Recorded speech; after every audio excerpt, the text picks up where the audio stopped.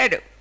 ఒకసారి చాలా కాలం కిందట నేను 16 సంవత్సరాల నుంచి క్రైస్తవురాలిగా జీవిస్తూ ఉన్నా.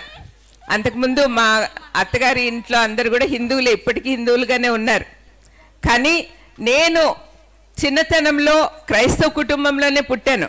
మా నాన్నగారికి నాన్న వైఎస్ వెంకటరెడ్డి గారు ఫస్ట్ యేసుప్రభుని నమ్ముకొని యేసుప్రభు మార్గంలోకి వచ్చారు. ఆయన మంచి క్రైస్తవుడిగా జీవించాడు. మా అమ్మ ఆయన మేనకోడలే.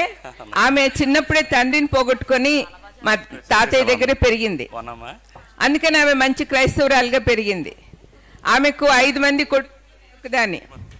మరి మమ్మల్ని అందరినీ కూడా యేసుప్రభు మార్గంలో నడిపించాలని అనుకుంది. కానీ చిన్నతనంలోనే మా చదువుల నిమిత్తము దూర ప్రాంతాలకు పంపించారు మా నాన్న. మమ్మల్ని చూసుకోవడానికి ఒక టీచర్ కపుల్ని పెట్టారు. భార్యాభర్తలు ఇద్దరు కమ్యూనిస్టులు, వాళ్ళకి దేవుడు లేడు అని అనుకునేవాళ్ళు. అటువంటి వాళ్ళ దగ్గర మేము పెరిగాం. తర్వాత వివాహాలు వచ్చేసరికి నన్ను ఒక హిందువుడికి ఇచ్చారు. మా అన్నదమ్ముల భార్యలందరూ కూడా హిందువుల కుటుంబంలో నుంచి వచ్చారు. కానీ మా అమ్మ చూపించిన ప్రేమ, ఆమె ప్రార్థనల వల్ల అందరూ కూడా మంచి క్రైస్తవులుగా తయారయ్యారు. ఎందుకు అంటే నిజమైన దేవుడు యేసు ప్రభు, ఆయనే పరలోకానికి మార్గం అని తెలుసుకున్నాం కాబట్టి ఆ మార్గంలో నడవాలని అనుకున్నాం. తర్వాత నా భర్త చాలా చిన్నతనంలోనే చనిపోయారు. నేను మా అమ్మోళ్ళ ఇంట్లోకి వచ్చేసి ఉంటే మళ్ళీ యేసు ప్రభు మార్గంలో నడిచి ఉండేదాన్నేమో. కానీ మా అత్తగారికి నేనంటే చాలా ఇష్టం. కొడుకుని పోగొట్టుకున్నాం, నువ్వు కూడా పోవద్దమ్మా అని ఏడుస్తుంటే ఇంకా అలాగే ఉండిపోయాను. మరి ఆ విధంగా దేవునికి చాలా దూరం అయిపోయాను. 2006వ సంవత్సరంలో మా అమ్మ చనిపోయింది. చనిపోయిన తర్వాత నా కోసం ప్రార్థన చేసే వాళ్ళు ఎవ్వరు లేరు అని అనిపించింది. నాకు కూడా దేవుడు కావాలా అనిపించింది. నా కొడుకును నా కూతుర్ని ఇంత చక్కగా ఇన్ని సంవత్సరాల నుంచి కాపాడాడు దేవుడు, మరి నేనేం చేయాలా దేవుడికి అని అనుకున్నప్పుడు యేసుప్రభు మార్గంలోకి రావాలా అనిపించింది. నాకు ఆ ఆశ రాగానే దేవుని గురించి తెలుసుకోవాలని ఆశ పుట్టింది. అయితే ఎలా చేయాలో తెలియదు. ఒక క్రైస్తవ ఫ్రెండ్స్ లేరు, నాకు ఒక చర్చ్కి పోయే అలవాటు లేదు. అలాంటి సమయంలో 2008 డిసెంబర్లోనే నేను యేసుప్రభుని నమ్ముకుంది. మరి ఆ టైంలో హగ్గయ్య ఇన్స్టిట్యూట్ అని, అది ఒక లీడర్స్ ట్రైనింగ్ ఇన్స్టిట్యూట్, దాని ద్వారా యేసుప్రభు మార్గంలోకి వచ్చాను. అప్పటి నుంచి ఇప్పటి వరకు వెనక్కి తిరిగి చూడకుండా యేసుప్రభుని గురించి లోతుగా తెలుసుకుంటూ ముందుకు సాగుతూ ఉన్నాను. నేను తెలుసుకున్నదంతా కూడా నాకు చాలా ఆనందాన్ని ఇచ్చింది.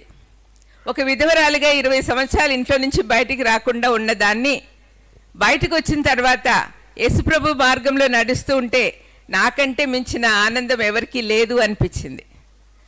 అందరూ రాజశేఖర్ అన్న సీఎంగా ఉన్నప్పుడు, ఏమ్మా నువ్వు ఎప్పుడూ సంతోషంగా నవ్వుతూనే ఉంటావు అని అడిగేవాళ్ళు అనమాట. అంటే నన్ను మించిన ఆనందం ఈ ప్రపంచంలో ఎవరికీ లేదు అని చెప్పేదాన్ని. ఎందుకంటే యేసుప్రభువుని కలిగి ఉన్న వాళ్ళందరూ కూడా సంతోషంగా ఉండగలరు. 126వ కీర్తన చెప్తుంది, మీ మొహంలో మీ పెదవుల మీద నవ్వు చూసి అన్యులు అనుకుంటారంట యెహోవా దేవుడు వీళ్ళ జీవితంలో గొప్ప కార్యములు చేసినాడు అని. మీలో ఎంతమందికి అటువంటి అనుభవం ఉంది? యేసుప్రభుని నమ్ముకున్నాక సంతోషంగా ఉండేవాళ్ళు ఎంతమంది ఉన్నారు చెప్పగలరా? అక్కడక్కడ చేతులు ఎత్తుతున్నారు. దేవునికి స్తోత్రం, స్తోత్రం. మీరందరూ అనుభవపూర్వకంగా తెలుసుకోవాలండి దేవునిలో ఉన్న ఆనందం. యేసుప్రభు మన కోసం ఈ లోకానికి వచ్చాడు, మనకందరికీ ఆనందం ఇవ్వడానికి ఆయన వచ్చాడు.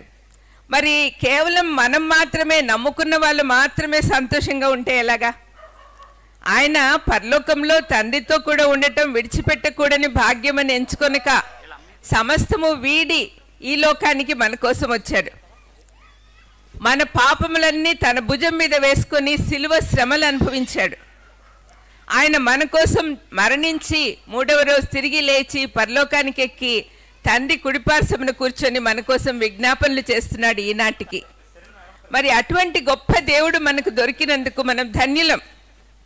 We are all blessed people. మనమంతా ఆశీర్వదించబడిన వారం. మరి ఇటువంటి ఆశీర్వాదం మన తోటి వారికి కూడా మనం అందించాలి. మనతో మన స్నేహితులు కానీ మన బంధువులు కానీ యేసుప్రభుని తెలియని వాళ్ళు చాలామంది ఉన్నారు మన చుట్టుపక్కల. వాళ్ళందరినీ యేసుప్రభు దగ్గర తీసుకురావాలి. ఎందుకంటే మనం అనుభవిస్తున్నాం ఆనందం, మరి వాళ్ళకు కూడా పంచాలి కదా. యేసుప్రభు ఒక వరముగా మనకి ఇవ్వబడ్డాడు. 2 కొరింథీ 5:19 చెప్తాడు పౌలు, మనకి ఇవ్వబడిన వరము అసలు వర్ణింప నలవిగానిది. అంత గొప్ప వరం మనకు దేవుడిచ్చాడు. మరి ఈ వరాన్ని, ఈ ఆనందాన్ని అందరితో పంచుకోవాలి. అది మన బాధ్యత. మనమే సంతోషంగా ఉన్నామనుకోండి, మనం యేసుప్రభుని నమ్ముకున్నాం, మనం పరలోకానికి వెళ్ళిపోతున్నాం, మనం సంతోషంగా ఉన్నామని అనుకుంటే అది స్వార్థం అవుతుంది. మనకు దేవుడిచ్చిన ప్రేమను మనం అందరికీ పంచాలి. దేవుడు లోకముని ఎంతో ప్రేమించాడు కాబట్టి తన ఏకైక కుమారుని మన కోసం ఈ లోకానికి పంపించాడు.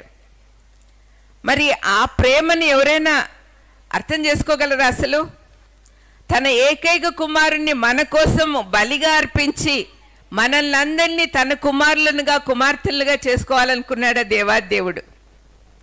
అంత గొప్ప ప్రేమ. మనం మన పిల్లల్ని ఎవరికైనా ఇచ్చేస్తామా? చనిపోయేదానికి బలిగా ఇస్తామా?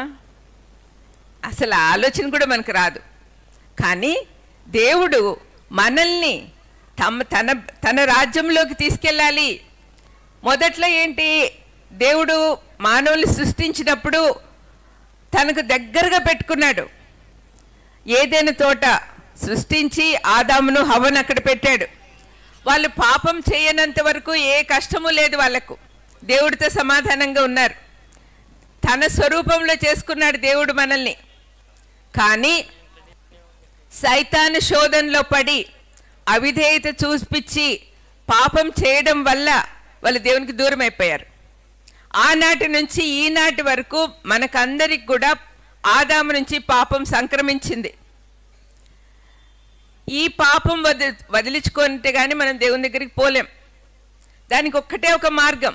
పరిశుద్ధుడైన దేవుని దగ్గరికి పాపి చేరుకోవాలి అంటే ఆ పాపం అనేది పోగొట్టుకోవాలి. అది కేవలం యేసుప్రభు రక్తం ద్వారా మాత్రమే పోతుంది. అందుకనే ఆయన శరీరధారిగా రావాల్సి వచ్చింది.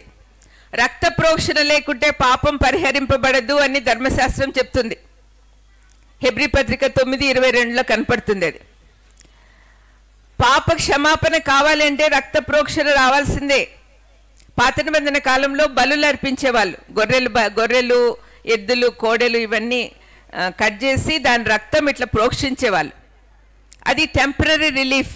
ఇప్పుడు జ్వరం వస్తే క్రోసిన్ వేసుకుంటాం, అది టెంపరీగా, అంటే కొంతసేపు జ్వరం తగ్గిపోతుంది.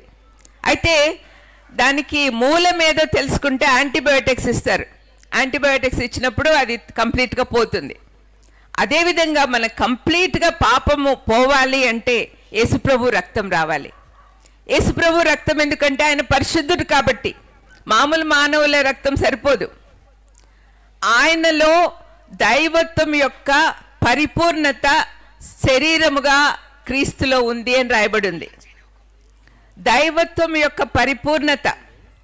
దైవత్వము అంటే ఏంటి? ఆయనలో దేవునిలో ఉన్న క్యారెక్టరిస్టిక్స్. దేవుడు తన స్వరూపంలో మనిషిని చేసినాడు అన్నప్పుడు అంటే ఆయనకు ఆత్మ కదా, ఆయనకు శరీరం లేదు. మరి ఆయన స్వరూపంలో ఎట్లా చేశాడు అని మీకు అనుమానం రావచ్చు. స్వరూపం అంటే శరీరం కాదు, ఆయనలోని కొన్ని గుణలక్షణాలు. మనకు కొన్ని గుణలక్షణాలు మాత్రమే మనకి ఇవ్వగలడు ఆయన. ఎందుకంటే ఆయన సర్వ సృష్టికర్త, సర్వాధికారి, సర్వవ్యాపి, సర్వజ్ఞాని. ఇవన్నీ మనకు మానవులకు రావు. కేవలం మంచితనము, కనికరము, ప్రేమ ఇట్లాంటివి ఇచ్చినాడు. అవన్నీ మానవులకు ఉంటాయి. కానీ దైవంకుండే స్పెషల్ క్యారెక్టరిస్టిక్స్ యేసు ప్రభువుకు ఉన్నాయి. అందుకని ఆయన మానవత్వము, దైవత్వము రెండు ఉన్నాయి ఆయనలో.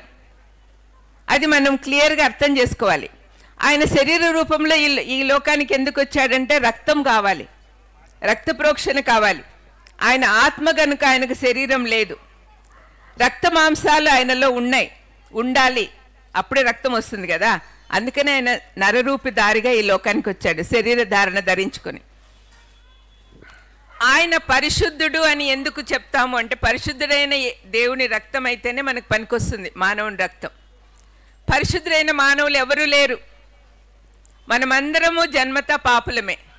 మరి యేసుప్రభు మాత్రమే పరిశుద్ధుడు ఎలా అయ్యాడు అంటే ఆయన కన్యక గర్భం నుంచి వచ్చాడు. మామూలుగా మానవులు ఈ లోకంలోకి 4 రకాలుగా వచ్చారు మన బైబిల్ ప్రకారం. ఫస్ట్ ఆదామును సృష్టించాడు దేవుడు, మట్టి నుంచి సృష్టించాడు. రెండవది హవ్వను ఆదాము ఎముకల్లో నుంచి ఒక ఎముక తీసి క్రియేట్ చేశాడు, అది రెండవ రకం. మూడవది మనం అందరం కూడా తల్లిదండ్రుల కలియకతో వచ్చిన వాళ్ళం, అది మూడవ రకం, అది సహజం. కానీ యేసుప్రభుది స్పెషల్ జన్మ, కన్యక గర్భం నుంచి వచ్చాడు ఆయన. అందుకని ఆయన పరిశుద్ధుడు, ఏ అపరిశుద్ధత ఆయనలో లేదు. ఆయన పరిశుద్ధుడిగా ఈ లోకానికి వచ్చాడు.